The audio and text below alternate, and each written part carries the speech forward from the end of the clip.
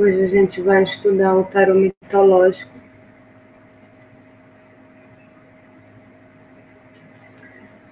Lembrar que o Hades, do Cartas e Destino, desse outro livro, ele é um pseudônimo, Hades. O nome dele é Alain Yaonank.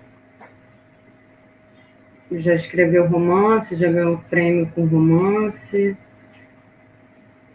já publicou 50 livros, é um astrólogo e dedica grande parte da sua vida a pesquisas filosóficas e cosmológicas.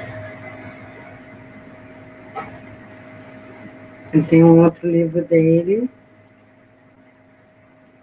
que eu também vou trabalhar aqui, e aí a gente já começa a criar a relação, né, do tarô com a astrologia. Mas hoje a gente vai ficar no estudo do tarô mitológico, que foi escrito por duas autoras, Juliette Sharman Burke e Liz Greene. Eu percebi que tem pessoas que acham que o tarô mitológico é o próprio tarô, né? Talvez porque ele é um bom livro e deve ter causado muita influência, e respeita o tarô de Marcélia, respeita os arcanos, né? Apesar de fazer uma analogia com a mitologia grega. E essas autoras, e aí a gente já começa a conversar com a psicologia, né? A Burke é psicoterapeuta analítica. E a Liz Greene, né, também trabalha na mesma área, psicologia, astrologia. Provavelmente as duas são junguianas, né? A Greene é.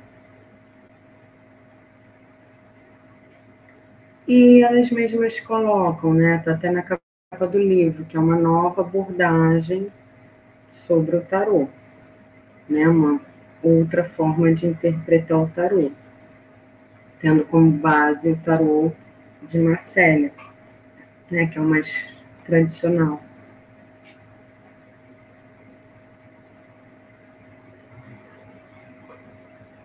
Então vão aparecer os deuses, heróis, heroínas da mitologia grega nesse tarô delas, né? Nesse livro. Também sobre a origem do tarô, que é obscura, né? Cita algumas ideias sobre essa origem, pode ser Egito Antigo, culto dos Mitras, primeiro século da era cristã, crenças célticas pagãs, ciclo da poesia romântica do Santo Graal, na Idade Média. Mas as cartas que a gente tem acesso hoje foram pintadas na Renascença, né? São as cartas que a gente tem acesso, né? É um instrumento mais concreto.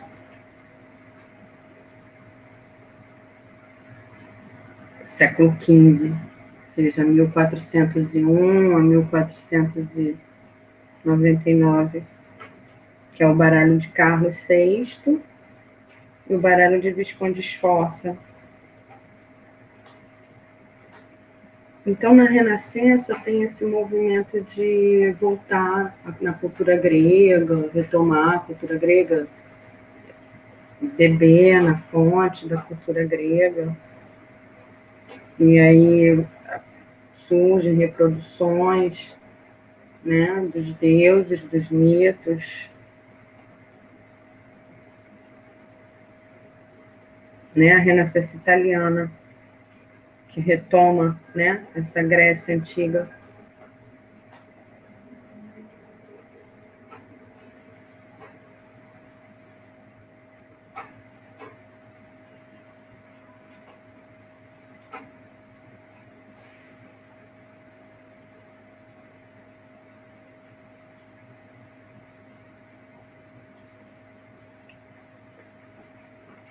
E aí vem o conhece-te a ti mesmo, né, do templo de Apolo, em Delfos, que era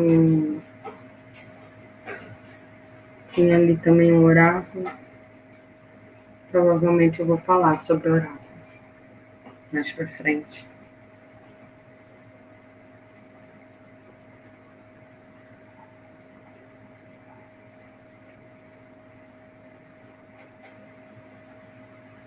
Esse conhece-te a ti mesmo seria, né, elas colocando aqui no livro, os nossos impulsos e instintos psicológicos e os nossos ciclos de desenvolvimento atuante que existe na vida de todo ser humano.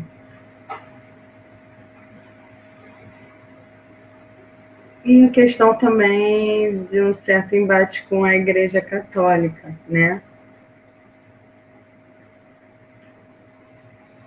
A oposição à Santíssima Trindade, resgatando a diversidade dos deuses antigos.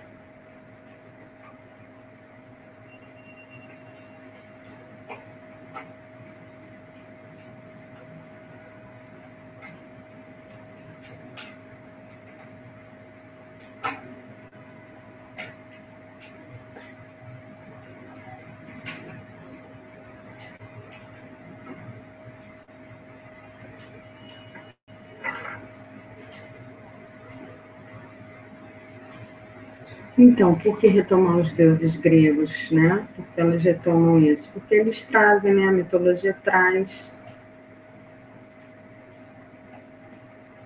o leque de nuances, né? Da psique humana, né? E da natureza humana e da ambivalência entre corpo e alma.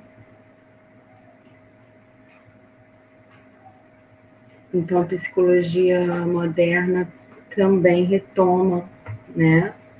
A Grécia antiga, a mitologia antiga, para ajudar a compreender o comportamento humano.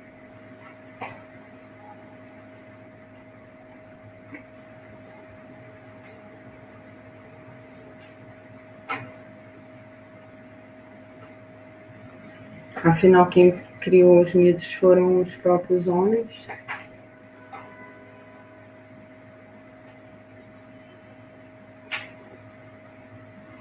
O que há no mito? A imaginação humana, a experiência humana, uma experiência subjetiva humana, a imaginação humana, a arte, a poesia humana, né, as experiências fundamentais, os padrões de desenvolvimento universais que existem em todas as pessoas, de todas as civilizações, em toda a história. Aí já são elas colocando, né, essa tentativa de buscar essa forma de abordar o comportamento humano, encontrar um padrão nisso, e buscar o passado para comparar, para ajudar a entender o presente também.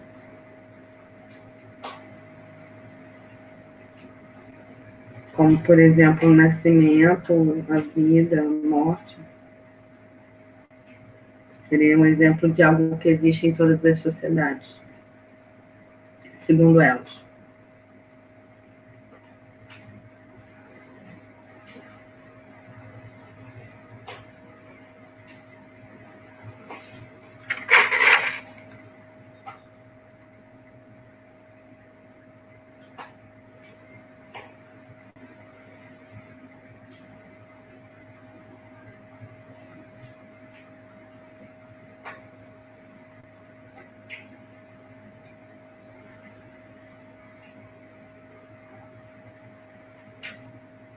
Então, é essa, né, psicologia usando o tarô como instrumento para abordar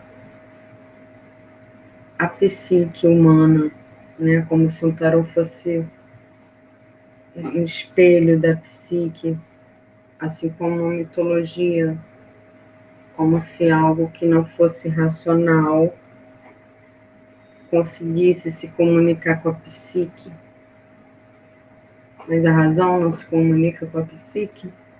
Aí a gente já vai entrar num outro assunto também que eu não vou desenvolver agora. Vou dar continuidade no livro.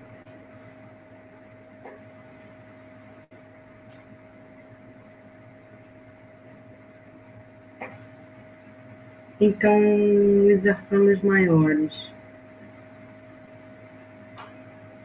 Como eu já falei, o livro é muito bom em comparação a outros livros, né? Tem conteúdo de todas as cartas, ela respeita a interpretação das cartas, ela não perde o significado das cartas pelo fato de fazer uma analogia com a mitologia grega, pelo contrário, ela dá a explicação da carta e faz, ao mesmo tempo, essa relação, e faz muito bem, porque você pode aprender o tarô clássico, né, a interpretação do tarô de Marcélia e mitologia, e fazer suas próprias análises e comparações.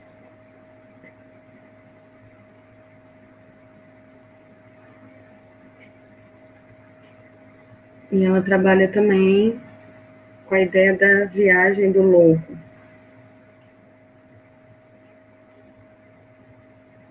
Porque essa viagem aparece nos mitos, nos contos de fada, nas religiões. A ideia de um começo, meio e fim, que não é necessariamente cronológica. A viagem da vida, a viagem interior.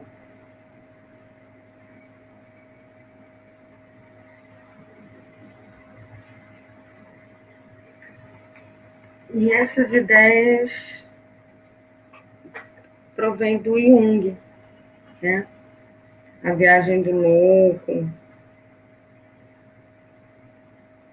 Não que exatamente Jung escreveu a viagem do louco, mas, né, os seguidores de Jung, que tem essa perspectiva psicológica do tarô, eu percebo que está muito ligado a Jung.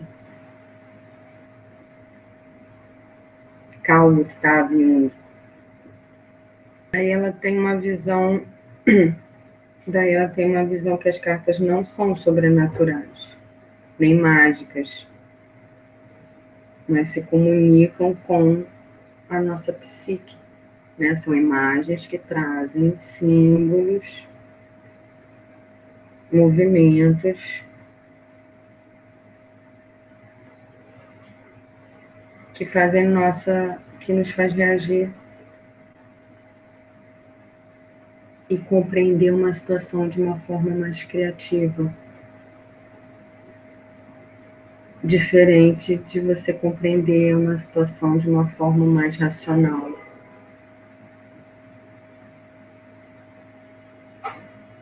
Como se o tarot te desse o poder de ter criatividade, de enxergar uma situação da vida, da sua própria vida.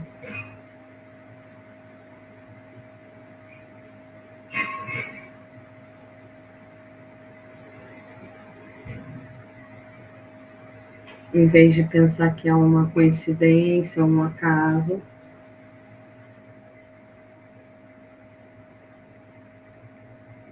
você vê a experiência com criatividade.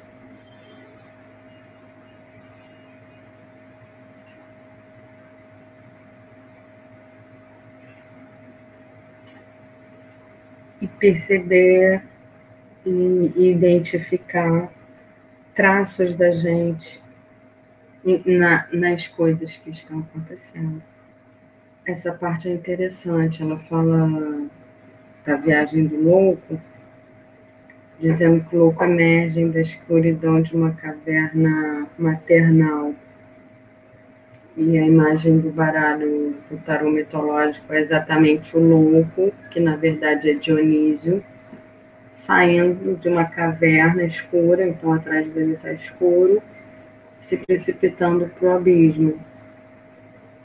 Ela chama de caverna maternal. E engraçado que essa caverna maternal Se a gente for ver a carta que vem antes do louco, que ele estaria saindo, seria o mundo, né?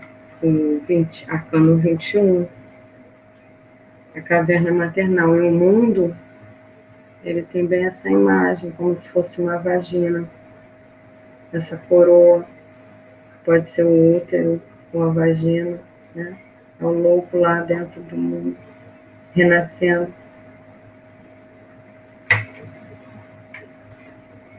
Eu achei interessante isso que ela falou. Ela não fala muito sobre isso, mas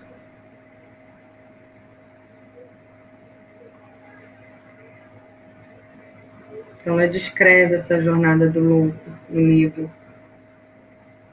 Então tem bastante conteúdo.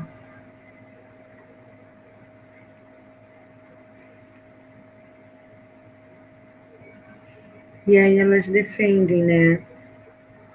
Por conta desses símbolos antigos, no caso o tarô, evocarem experiências da vida humana, da condição humana, eles nos fazem perceber que outros já estiveram aqui nesse mundo e conseguiram atingir os seus objetivos à medida que ultrapassavam os obstáculos no processo de crescimento e consequente enriquecimento como seres humanos. Então, como se o tarô fosse um instrumento para a gente se dar conta disso. E a gente pode pensar em outros instrumentos também que nos dão conta disso. Né? A própria história, enquanto um instrumento, nos mostra que outros estiveram aqui,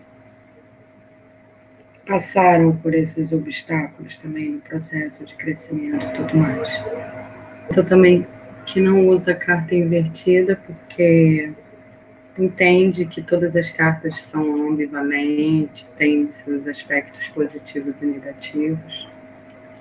Então não há essa necessidade de virar as cartas. Se você quiser virar, você vira. Mas essa autora, nesse livro, sugere que não.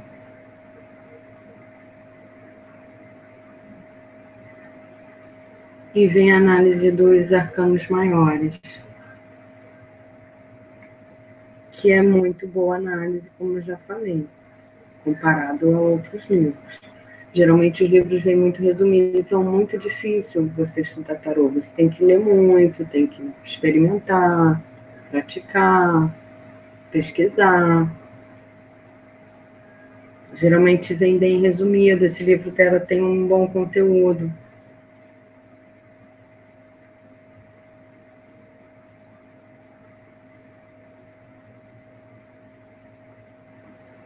Nos arcanos maiores, por exemplo, o louco é Dionísio,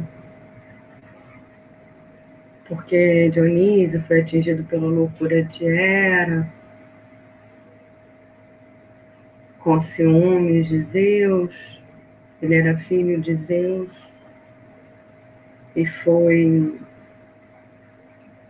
perambular no mundo ao lado dos sátiros selvagens, dos loucos e dos animais.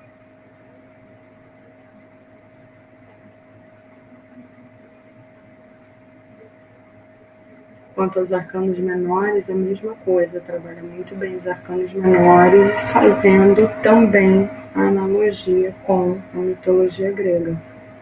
Trabalha os 4 elementos, fala sobre os 4 elementos.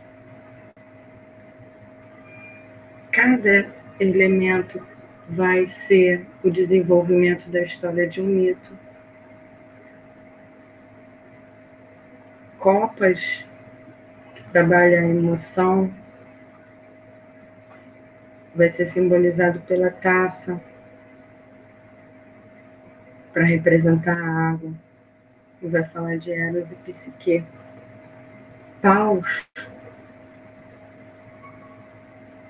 que é a intuição, representado pelo bastão,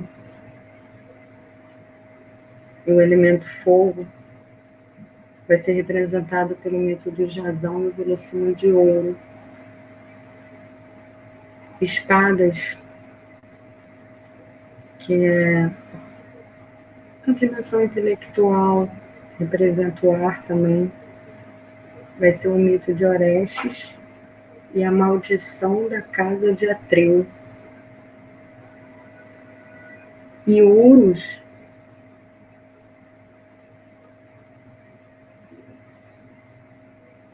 que representa o físico, a dimensão física. E a Terra vai ser mostrado através do pentáculo e o mito de Dédalo. Então é bem rico o livro, né? Você pode estudar o tarô clássico e mitologia grega. É interessante.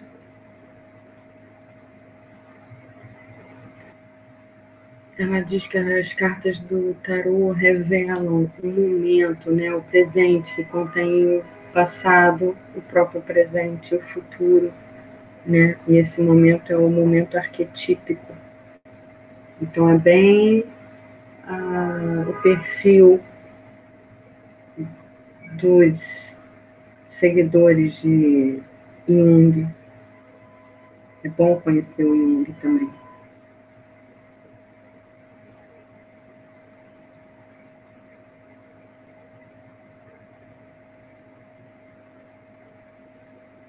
Como se as cartas mostrassem influências, oportunidades e motivos que estão ocultos, que não são mostrados pela própria realidade ou pela razão, mas que esses instrumentos simbólicos podem, de alguma forma, nos comunicar. Por isso abre a ideia da criatividade para lidar com essa realidade. Como se o indivíduo tivesse uma influência mais consciente naquele momento, mesmo através de um instrumento simbólico e da criatividade. Isso traria uma certa consciência e possibilidade de criar o próprio destino.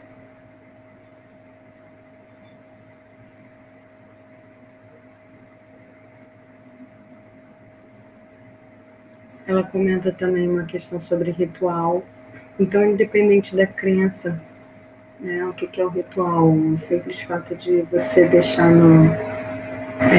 guardar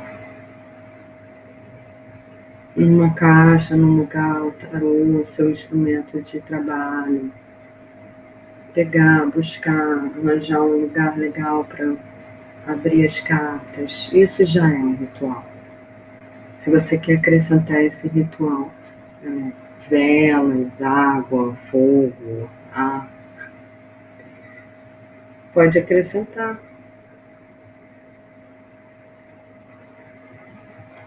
Então, esse ritual dá a oportunidade de quê? De uma preparação, de uma concentração. Esse que é o sentido do ritual. Se concentrar para aquele trabalho, para aquele estudo, para aquela busca, para aquele entendimento, para aquela experiência.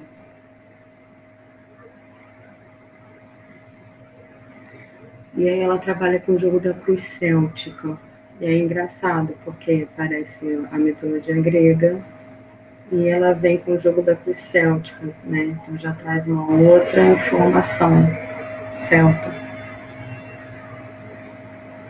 É interessante esse jogo também, dá para fazer um jogo profundo.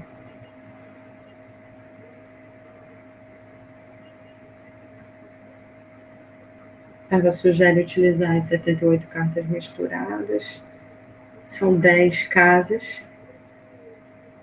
uma boa explicação das casas também, e dá exemplos de jogos, dá 2 exemplos de jogo desse da cruz céltica. Concluir, elas dizem, né, no livro, que apesar de sermos seres únicos, existem experiências da vida que seguem padrões. São essas as experiências importantes para a psicologia conseguir tentar realizar um estudo sobre o comportamento humano. A linguagem dos símbolos, dos mitos, as religiões.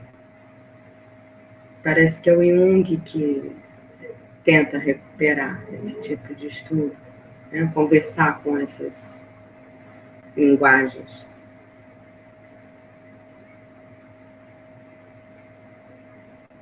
E aí, para alcançar essa relação do homem com o inconsciente. Sendo que o inconsciente é o próprio homem, ou foi criado pelo próprio homem, ou foi descoberto pelo próprio homem, ou diz respeito ao próprio homem. Né? Enquanto no período medieval você fala em relação com o divino, né? Na psicologia moderna você traz a ideia de relação com o inconsciente.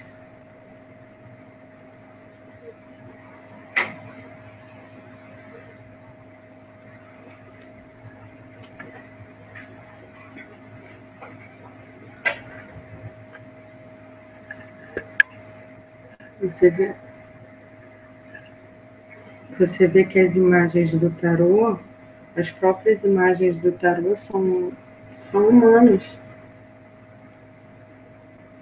né? Fazem parte da natureza humana, né? Dizem respeito às experiências humanas, as próprias imagens. E elas colocam que qualquer pessoa pode aprender o tarô. Então foi essa a leitura um estudo, né, do livro Tarô Mitológico. Não sei se eu consigo mostrar uma carta do tarô mitológico.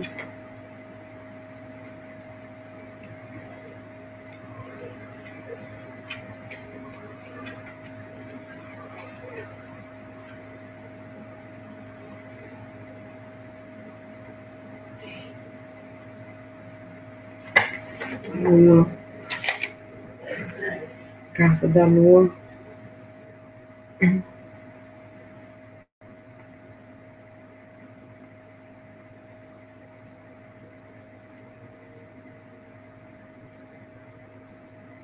Que é Hecate. A Lua.